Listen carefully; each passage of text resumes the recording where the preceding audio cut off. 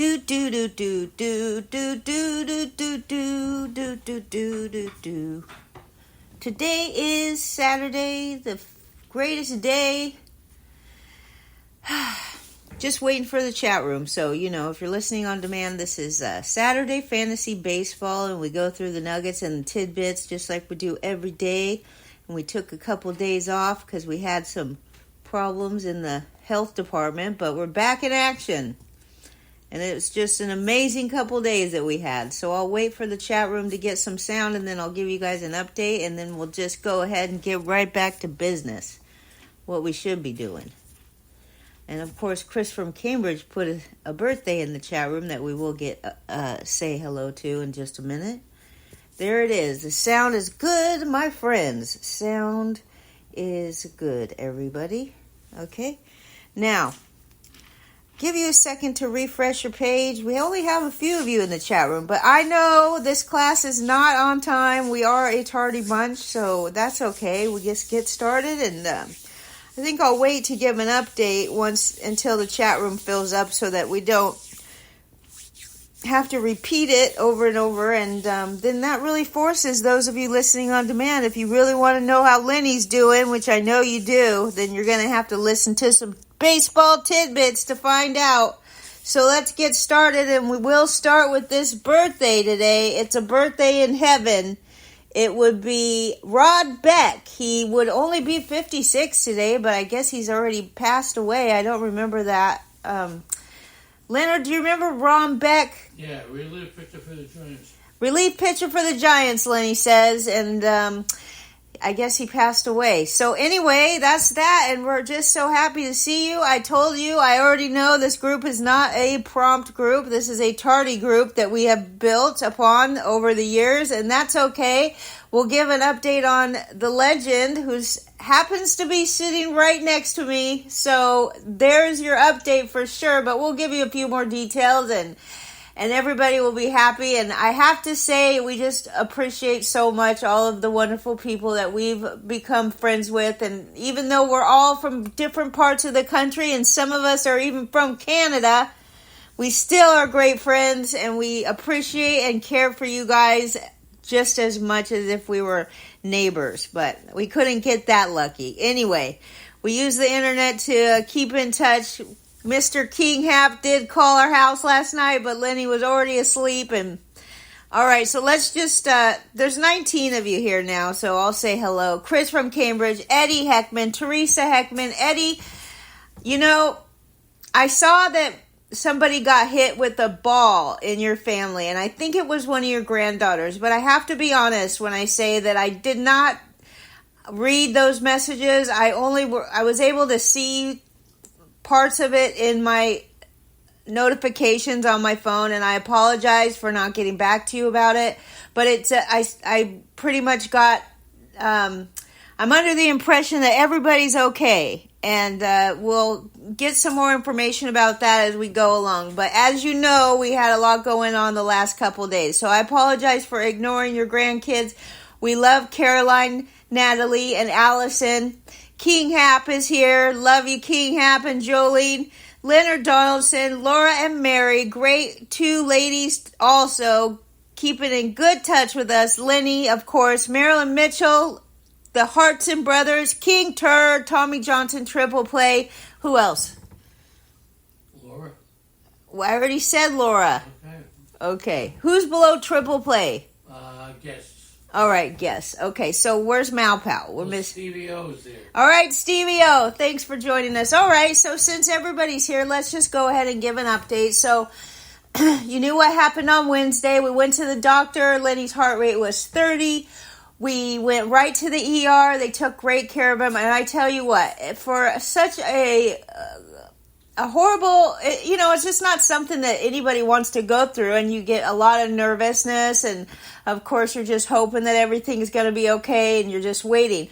But between what happened on Wednesday and coming home yesterday on Friday, I'm telling you what, they took care of business. We went to 2 different doctor's offices, 2 different hospitals, and they took care of Lenny great the whole time. Everybody was so kind to us.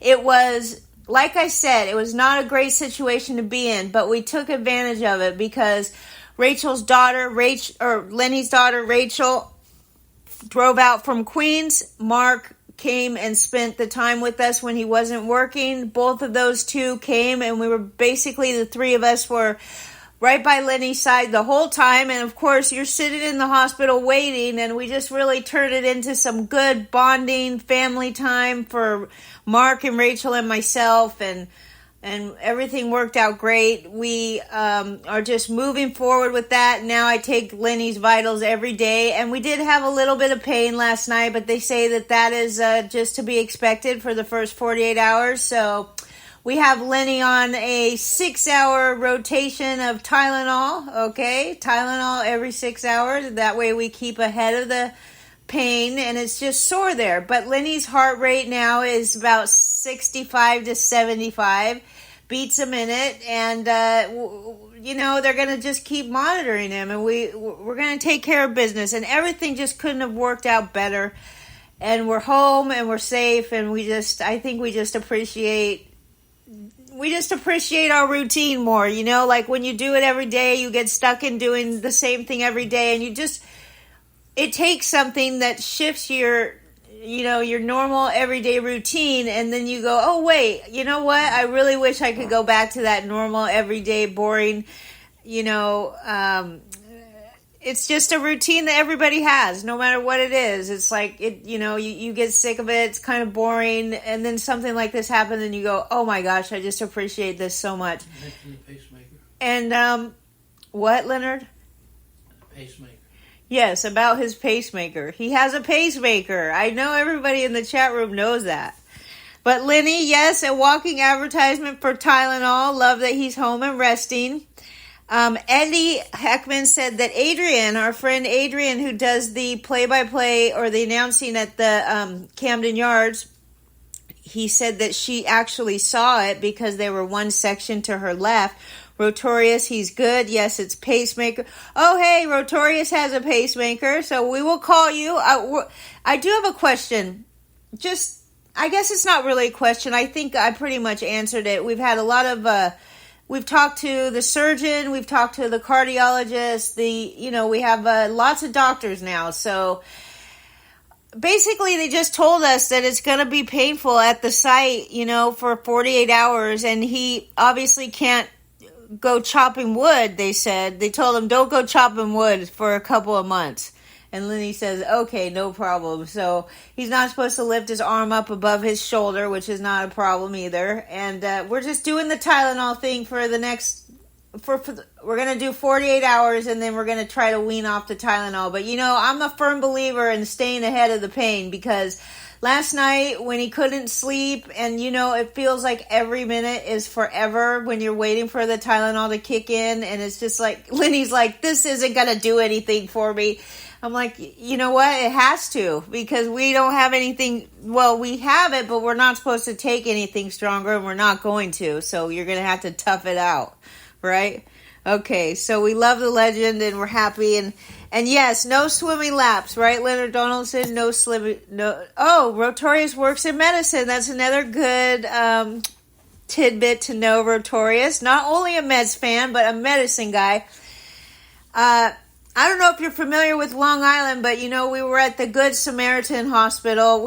All the hospitals were Catholic hospitals, which, it's kind of nice. The guy comes in and he does a prayer for you and stuff like that. And good grief, the food menu was just unbelievable. Of course, everybody that's in the hospital doesn't even think of the food menu like I do, but I see it and I'm like, oh, that looks good, that looks good. Look at that. Oh, rigatoni, do.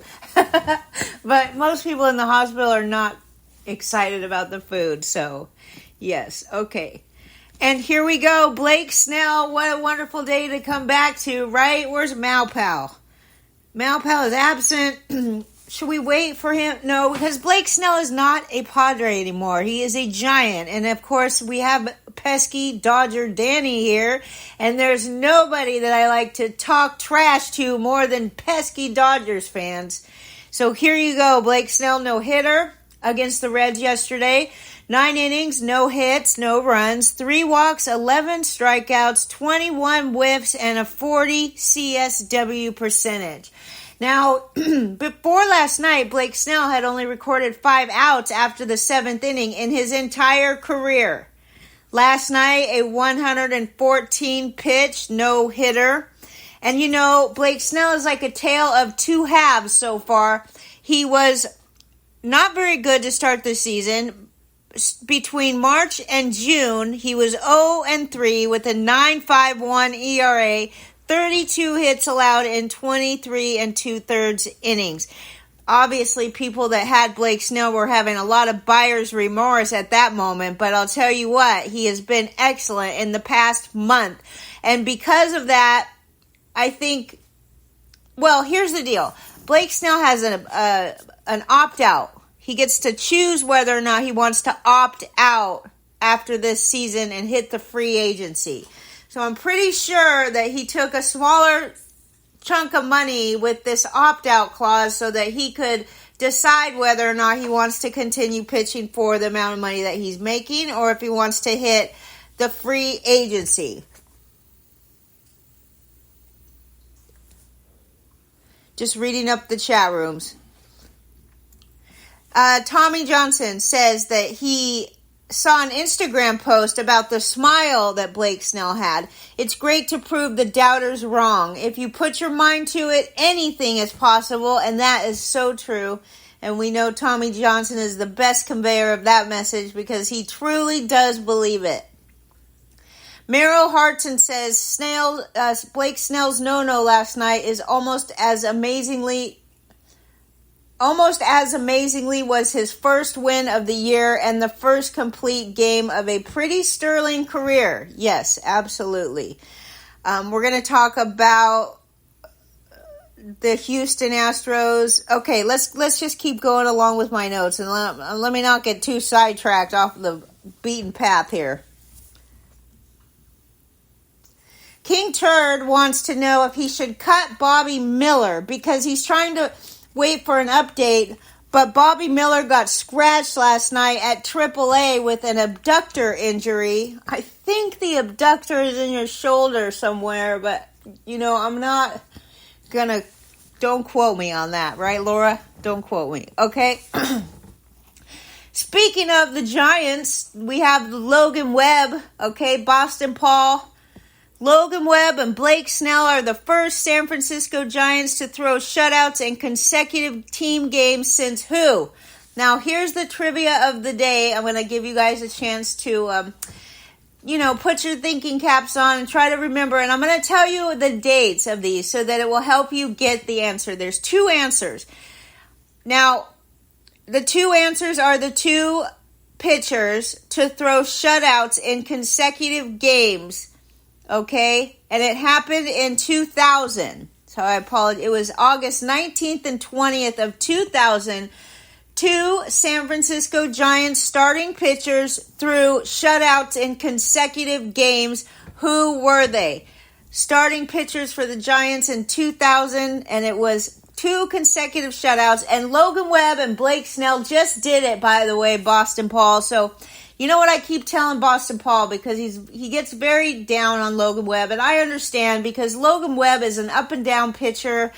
He has some great outings, just stellar, and he has he always starts the season bad, which is just getting off on the wrong foot for a fantasy manager. They're just annoyed at him right from the get-go every year, but when all is said and done, Logan Webb is a star. He's going to finish again just like he did last year. And then it's so easy to forget about the crappy start of the season that he had, right? And you spend your whole first half of the season saying, I'll never draft this Logan Webb again. And then by next March, you're like, Logan Webb, look at the numbers. And you compare the numbers, and he's got the numbers just like we thought he would. So I'm hoping and I'm rooting, of course, for Logan Webb to help Boston Paul out because he's real down and out today. He's not very pleased that King Hap is beating him when he knows he has a better team than King Hap. And I have to admit, I agree that Boston Paul has a better team than King Hap. But it is what it is. In head-to-head fantasy, week to week, that kind of thing, it's all about timing. And, you know, that's why you just really have to look at it as fun. Every week you get to start new. You get to go up against a different opponent every week. So there's that. But you do get shafted sometimes on the 2-star pitchers. Like maybe you have just a crappy week for pitching and the guy that you're going up against, of course, it always feels like you're going up against the guy with the 2-star pitchers. And so you just can't catch a break. But that's what it is. It's all in fun. Anyway. Danny Fuller got one. Captain Danny got one. Captain Danny, that's great. Okay, Jason Schmidt is one of them. Did anybody else get the other? Good guess on Lincecum. It's not Lincecum, but that was a good guess. And since our boy pesky Dodgers fan, Captain Danny, is the only one guessing, that's what I see. I'm just going to go ahead and tell you before I forget. It was Liban Hernandez and Jason Schmidt on August 19th and 20th, the year 2000. There you go, Danny. I think you got it before I said, good morning to White Sox Al. You missed the update, but long story short, Leonard is sitting in his chair and we're back to action, doing the tidbits every day. All right, Blake Snell is the third pitcher with 25 or more strikeouts, 2 or fewer hits, and no runs allowed in a 2-outing span since at least 1901. And he joins 2015 Max Scherzer and 2001 Randy Johnson. Following the trade deadline, the Miami Marlins payroll is less than $15 million. Now compare that to Aaron Judge's salary is $40 million. And speaking of Aaron Judge, he's the 4th Yankees player to hit 40 or more home runs in 3 separate seasons. The rest of the list, Babe Ruth, Lou Gehrig, and Mickey Mantle. Yes, Livan Hernandez was one of those bigger guys. We could call him pudgy, like CC Sabathia type thing. And I won't even put him in the same context. But Alek Manoah is another guy that's too big. But how big is too big if you're pitching great, right? Because Liban Hernandez had some great outings, and so did CC Sabathia. There's no doubt about that. And J.R. Matz, good morning to the Mod Singers, Danny, Moose, and Mikey. Hope you're enjoying your wonderful summer. I definitely love the updates. I saw the hamburgers and the cheat eating that I just am a big fan of, by the way. Okay, so here we go. The Mod Singers are here. Everything's good. El Duque's brother. Okay, here we go. Aaron Judge now has 15 first-inning home runs in 2024. It's tied for the 5th most in a season, behind only 2001 Alex Rodriguez. He had 18. Now, think of this, though, because, like I said, Aaron Judge is now tied for 5th in first inning home runs, but think of it, you still have a couple months of the season left, right? And so there's a chance, and a good chance at that he actually breaks this record, because right now he's sitting behind Alex Rodriguez, who had 18, and by the way, Judge is at 15, so he only needs 3 to break the record. 1999 Mark McGwire got 17 first inning homers. 2001 Sammy Sosa, 16 first-inning homers. And 1927 Babe Ruth had 16 first-inning home runs. Once again, Aaron Judge is at 15, and there's a good chance that he not just goes up the ladder, okay, but actually breaks the all-time record for the most first-inning home runs in MLB history, okay? There you go. Something to look forward to for Judgy. Oh, God, Boston Paul. See, he feels shitty because he's getting beat by King Hap, right? He feels crappy for that. So his way to make himself feel better is to show off in the chat room that he's in first place in the listener league, okay? He's beating Captain Danny. He's beating everybody. He's beating Big Al. He's beating Motzinger. I'm not even on the list, so I know I'm doing crappy, but he definitely made sure that he showed King Hap on the list. So there you go, King Hap. You may be beating Boston Paul with your not as good team this week, okay? But he's crushing all of us in the listener league. So there you go. It's all in good fun, you see. Okay, Trout, Mike Trout. Here we go. What's your expectations of Mike Trout for 2025? This poor situation over here. He's going to miss the rest of the season. He was diagnosed with a meniscus tear in his left knee. He was pulled off of his minor league rehab assignment last week due to some knee discomfort, and then he suffered a setback in his recovery earlier this week. So after being sent in for further testing, he was revealed to have suffered a meniscus tear in his left knee for the second time this season. Now, there's no official timeline for his recovery, but he should obviously have enough time to get healthy for opening day next year. He's going to end the season having played in a career-low 29 games, and over the past 4 seasons, he's only been in 41% of the Angels' 648 games. What are we doing with Trout? I'm drafting him because I know he already was going down on the list for the ADP, okay? He already was, which is why I thought it was a good deal to get him. But as Lenny says, getting good deals on stuff you don't need is not a good deal, okay? You're not saving money by spending money on stuff you don't need, okay? That's Lenny. So here's how it works. I'm drafting him again. He's probably I think his contract is way too long for him to even be a possible trade target. And he's stuck in the Angels, never winning the World Series in his career, but what a career he's had. And yes, by the way, I will say this again, over the past 4 seasons, he's only seen action in 41% of Angels games. Is he still a good deal? Or is it like Lenny says, you're not getting a good deal if you spend money on something useless? Okay? Now, Bobby Witt Jr., 2 for 4 with a home run and a double. What is he complaining about then? He's not even... What? Boston Paul. I'm going to have to kick you in the pants, dude. He gets so upset. He's not winning. He doesn't want to hear King Hap talk shit about him. And he's winning. And I'm sorry, but I just find it just stupid. Just have a good time. And that's what it is. And King Hap, he deserves so much talking crap this week, dude. You need to get on top of it and just crush him with the trash talk. Okay? Crush Boston Paul. We'll make him tough. We'll make him tough yet. Now, Bobby Witt Jr., batting .350, 20 homers, 78 RBIs, 24 stolen bases, 74 strikeouts, okay? Are we looking at the number 1 overall pick next year? Bobby Witt Jr. just getting it done basically like a one-man team wrecking ball, okay? Too bad he's not on a good team, right? But he actually kind of makes the Royals pretty good. Just him and him alone, right, Laura? Okay, so...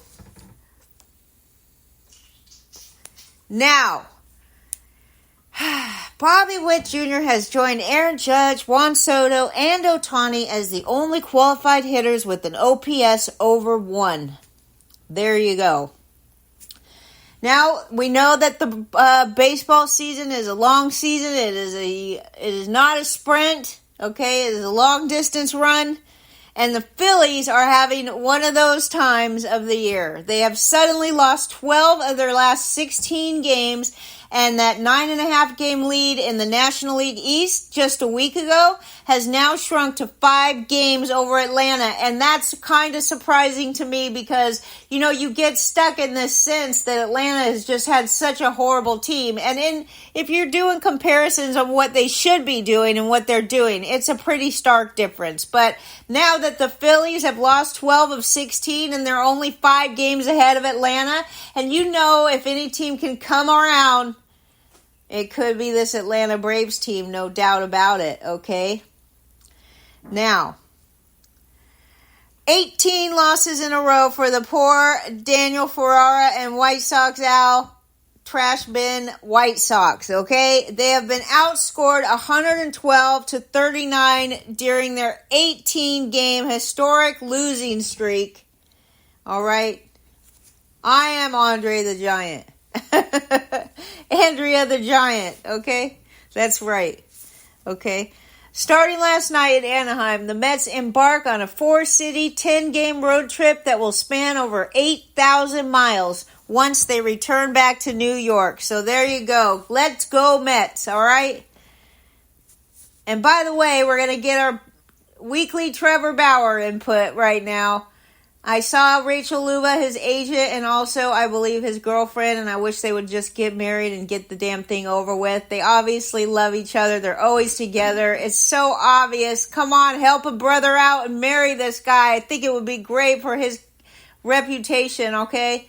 And I'm not telling her to marry him because of that, but I do think that these two are meant to be, all right? It's meant to be. But here's the deal. She said that Trevor Bauer did not have to be signed by the end of July.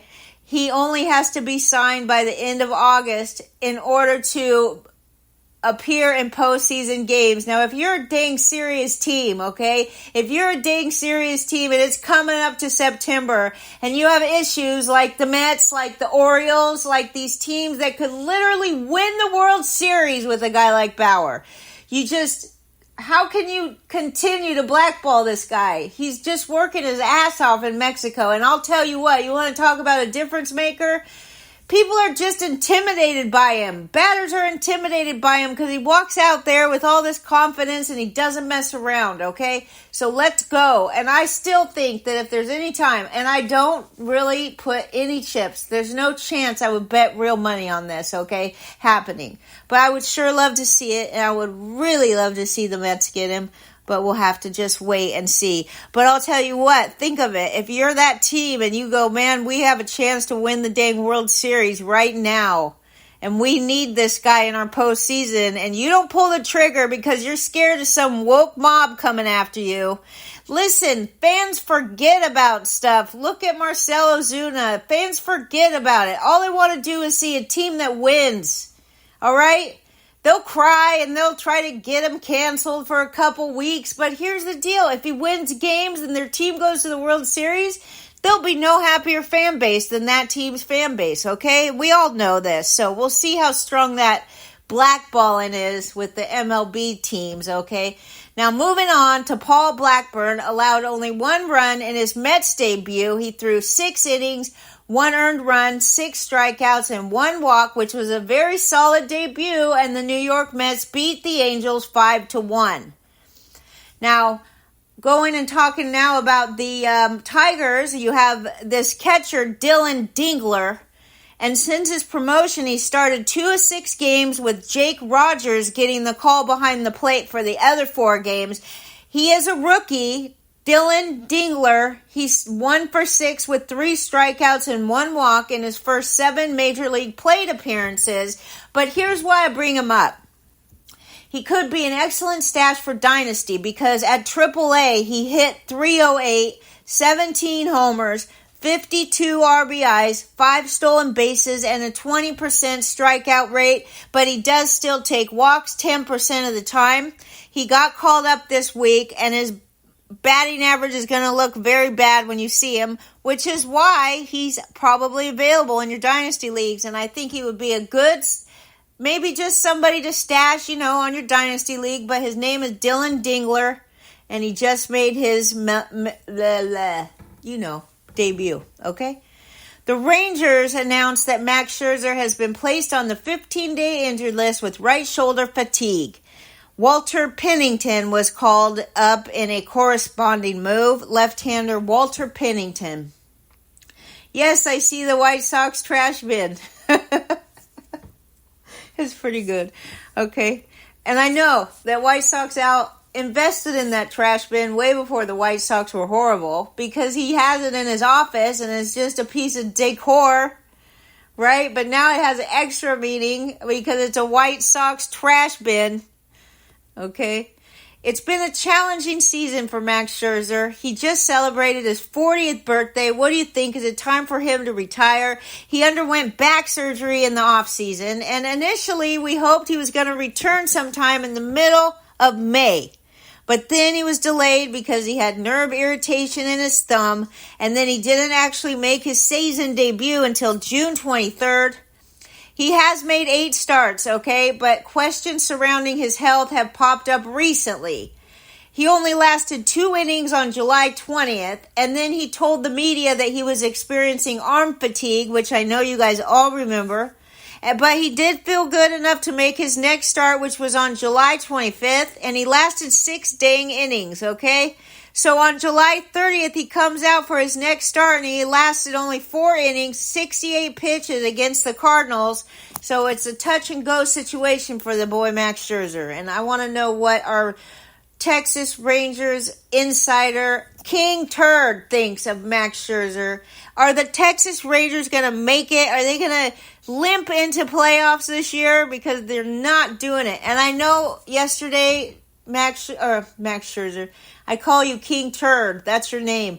You said that Josh Young is coming back. And so that's really the Rangers' chance of making the playoffs this year, right? Okay, and Tommy Johnson says, because he's always a positive guy, this Tommy Johnson, he says some team is going to see that Bauer is a tremendous asset. When it comes down to the playoffs or the stretch run, someone will put the situation aside and sign him because of the value that he brings. And yes, of course, I agree with you. I wish there were more Tom Johnsons in charge of baseball. All right, Turd says only 25% chance that the Rangers are going to make the playoffs, okay? But he also adds that if they do get in, they're going to be hammering people. What does hammer people mean? Does that mean you're going to crush everybody? Or does that mean you're going to be kicking people out of the team that aren't doing what they're supposed to? How about Josh Bell? He's now a Diamondback. Over his last 8 games, he's 13-33. That doesn't make sense because he's batting, well, maybe he's batting .394, 7 homers and 11 RBIs. He's homered from both sides of the plate in his first game with the Diamondbacks, okay? 2 homers, 2 sides of the plate. Josh Bell seems, this Josh Bell, I have to say, it seems like he's a type of guy, and you've seen such great numbers coming out of him depending on where he ends up, and you never know if he's going to be a good fit, but he's played for like 4 or 5 teams now, and his level of play determines where his home team determines his level of play, whether or not he likes the place, or I don't know how it works, but he has clear splits depending on what team he's playing for, okay? So it looks like Josh Bell is happy in Arizona in the nice climate-cooled ballpark that is Chase, right? I think it's Chase Field. Anyway, all right. Boston Paul says that Young has sucked since coming back. Give him a break. He just came back. Jeez, Boston Paul. Anyway, the acquisition of Bell by Arizona would seem to indicate that the Diamondbacks do expect to be without Christian Walker, their everyday first baseman, for a while, because Walker suffered an oblique injury on Monday, and Bell only posted a mediocre .699 OPS on the season. He's been sizzling at the plate lately with 6 home runs over his last 12 games. The Marlins are even going to pay for part of his contract, $3.25 million of the $5.5 million remaining, okay? Now, Bell's $16.5 million salary for this year, that was the arranged contract that he's owed, but they worked it out so that Miami's covering a chunk of that. Let's talk about Keston Hiura, right? Do you remember him? The guy that's great in the minors and stinks in the majors, that guy, Keston Hiura, 16 homers in 23 games at AAA Salt Lake Bees. All right. So, but like I said, okay, I threw in a tidbit when I'm giving my opinion, is that Keston Hiura is great in the minors. He's one of those quadruple A guys that just hasn't been able to prove himself at the major league level. But I remember when he came up and every fantasy manager this side of the Mississippi was going after him. And on that other side too, both sides of the Mississippi. O'Neal Cruz had 5 hits last night. He went 5 for 5 with 4 singles and a double. He swiped a bag and knocked in 2 RBIs. So there you go. And he didn't knock in 2 RBIs. He knocked in 2 runners. So he got 2 RBIs. Okay? All right. Let's see what we got here. Let me get caught up on the...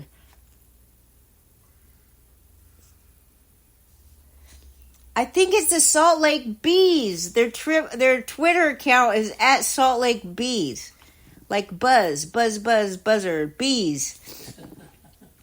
All right, the Diamondbacks now, we know that they pulled Paul Sewald from the closing job, okay? Manager Torey Lovullo announced before yesterday's game against the Pirates, but he didn't say who was going to replace him, although we are pretty sure that by the fact that he didn't say who was going to take the closer role, that we could assume it's going to be closer by committee, but we got a chance to test it out last night.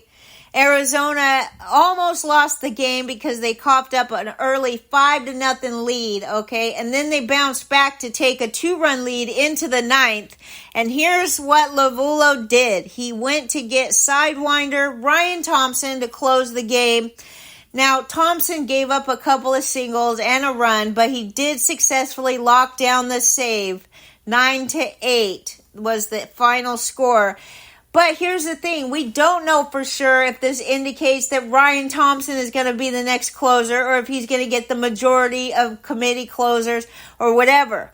But the problem with knowing, even though he came in last night, is the fact that Arizona already used their high leverage arms in the bullpen just to make it to the 9th inning. They used Kevin Ginkel, AJ Puck, Dylan Floro, and Justin Martinez all before the 9th inning. So I would say that the fact that Ryan Thompson got a save yesterday does not indicate that he is going to get most of the chances. It indicates that they had no one else. Right, Leonard? Yes, sir. Okay.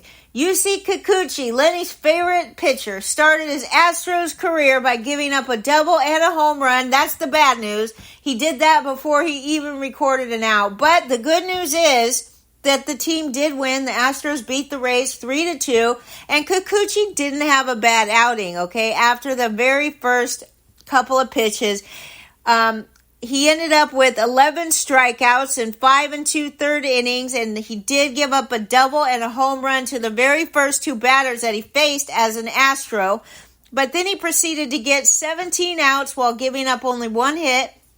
The 11 strikeouts were the most by an Astros pitcher in his team debut since Garrett Cole in 2018, and tied for the 4th most in debut in team history. So Kikuchi now has 43 strikeouts in his last 5 starts across 26 innings, but he's also allowed 20 runs in that stretch, okay? So Kikuchi, you know what? How can you not like him, especially now that he's a Houston Astros? And you know they have great pitching staff over there that takes good care of the pitchers. And obviously, you know, they're into pitching. They're into pitching over there and banging on trash cans. But they can't do that no more. So they lost an edge. Sonny Gray. Yes, my friend Sonny Gray. 7 innings, 5 hits, 2 runs, 1 walk, 9 strikeouts, 15 whiffs, and 33 CSW percentage. Go Sonny Gray. Spencer Schwellenbach. Over his last 5 starts, 33 innings, 2.45 ERA, 38 strikeouts in 33 innings, and only 1 walk. Spencer Schwellenbach did not factor into the decision yesterday. 3 runs on 6 hits and no walks, but this guy doesn't walk anybody hardly. 7 innings pitched. We love that. Struck out 10. All right. Now, in his last start, he struck out a career-high 11, and he generated an impressive 17 whiffs en route to his 10 strikeouts last night in 94 pitches, and this is one of the reasons that Atlanta Braves should not be counted out, because here they come right? They got all of their bad days behind them. They're catching on to the Phillies. They have good momentum now. They really needed this youngster to come around and help provide them with some hope. All right? He's been impressive since the All-Star break. 20 innings with a 3.15 ERA, .75 whip, 29 strikeouts and no walks. All right? He's about to face the Brewers at home in his next start. The Royals have 3 of the top RBI guys in all of baseball. Bobby Witt, Salvador Perez, and Vinny Pasquantino. Now, Dylan Cease's ability to stay healthy is underappreciated because since he was called up in 2019 in July, he hasn't missed one start. There are only 6 other pitchers who have made as many starts as him since the day he debuted. And since his first career game, only 6 other pitchers have as many starts as him, which I just repeated, but it was just worded different this time. So, the Padres, though, have the best trio of back-end relievers now, according to Jim Bowden, okay? He says that after they added Jason Adam and Tanner Scott, they now have the NL's best trio of back-end relievers. So who's the other guy? This is a trivia. Besides Jason Adam and Tanner Scott, who they just added, who's the other NL best back-end reliever, okay? Hello to Big Al on the Prowl. Leonard's sitting right here, and he's seeing what you're writing. So don't call him any names. All right, I'm almost done. I'm getting tired. Boy, oh boy, this is a lot. But here we go. We just keep trucking along. The White Sox announced that they placed rookie starter Drew Thorpe on the 15-day injured list, retroactive to August 1st, with a flexor strain. They recalled Prelander Baroa to take his spot on the roster. They did that last night, and Thorpe told reporters that the imaging didn't reveal anything serious, and he expressed hope that he could be back on an MLB mound within a few weeks. He's only 23 years old, 9 starts into his MLB career. His first crack at Major League hitters has not gone well. He has a 5.48 ERA, okay?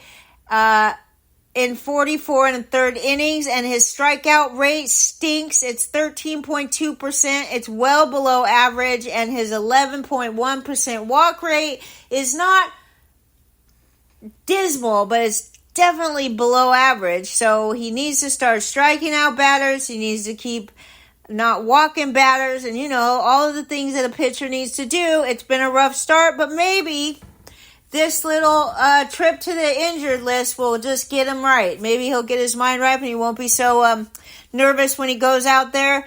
He was a second-round pick, and he was a top prospect coming into the year.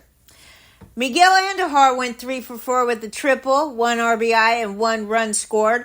Since the All-Star break, Miguel Andujar has gone 19 for 54 with a .351 batting average, 7 RBIs over 13 games. He's up to .297 batting average, 4 home runs, 28 RBIs, 27 runs scored, and 2 stolen bases over 57 games played this year. His triple yesterday was his first triple since 2022. Victor Robles went 2 for 4 with a solo home run and a stolen base and an additional run scored. He returned from a 1-game absence due to a hip issue, and he produced his 4th multi-hit effort in his last 5 games. He also logged his 8th steal in 13 contests, which is likely a good sign that the hip injury is behind him.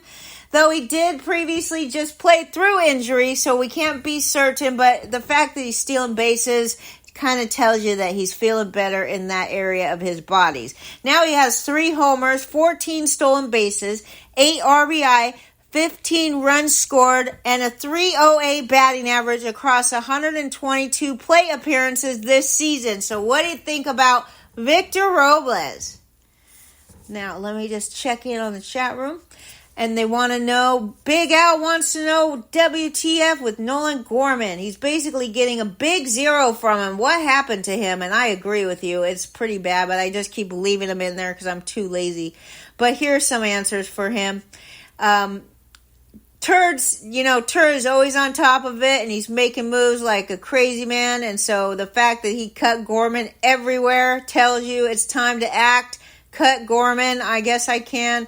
J.R. Matt says that Gorman does have periods where he falls asleep, but he will get the homers over the long haul. And, this is the thing. It's kind of like the Logan Webb thing. I mean, if you're in a roto league and the long haul and the overall numbers are really that much easier to swallow. But when you're in head-to-head and this guy is like supposed to be hitting home runs and he's just hitting ground balls, then you notice it a lot more. And so then the overall picture of Nolan Gorman is a little different. But also Brandon Turd brings up the fact that Brandon Donovan is playing instead of Nolan Gorman, and he's sitting against right-handed pitchers, which means he's sitting 70% of the time at least. Big Al says, in an NL only, who can he cut Gorman for? And J.R. Matt says, not Matt McClain, because Matt McClain broke a rib making a peanut butter and jelly sandwich. Is that true? I don't think J.R. Matz would make it up. Plus, J.R. Matz is our Reds insider here, so he knows what's going on with the Reds. I'll have to take him at his words that Matt McClain broke his rib making a peanut butter and jelly sandwich. That's lovely. That might be right up there with some of the best ones I've seen. Okay? Ian Anderson may get some starts in Atlanta soon. Yes, sir. Must have been a chunky PB, JR. Must have been a chunky PB, JR Mats. Okay, that's funny. All right, Boston Paul says Robles resurgence. McClain is absolutely killing JR Mats. Boston Paul says he sits versus lefty Gorman. So does Gorman sit versus lefties or righties? Maybe it's Brandon Donovan that sits there against the righties, but we should clarify that before I go off the air. So somebody tells me Nolan Gorman sitting against righties or lefties, okay? All right, now Triple Play has a big bone to pick with Matt McClain because Matt McClain got hurt 16 hours after he drafted him. He carried him for his playoffs. Now he has to cut him because the David Bell ribs is going to be on the news. He's always wrong. I don't know. I'm sorry. I shouldn't have read that out loud because I can't make sense fully of that. Okay, David Bell is awful. That's the manager of the Reds. Thank God we traded Sims so he can't use him in high leverage spots anymore. All right. Gorman sitting versus righties. I'm not sure. I wish one of you would check it out. All right. Why do teams assume lefties can't hit lefties? Lefty hitters see lefty pitchers just as often as righty hitters do. Good one, White Sox Al. That's a good point. Now, Owen says that he didn't believe Robles, Randy Arozarena, and Justin Turner could turn around the M's offense, but it appears to be happening. And yes, you're right.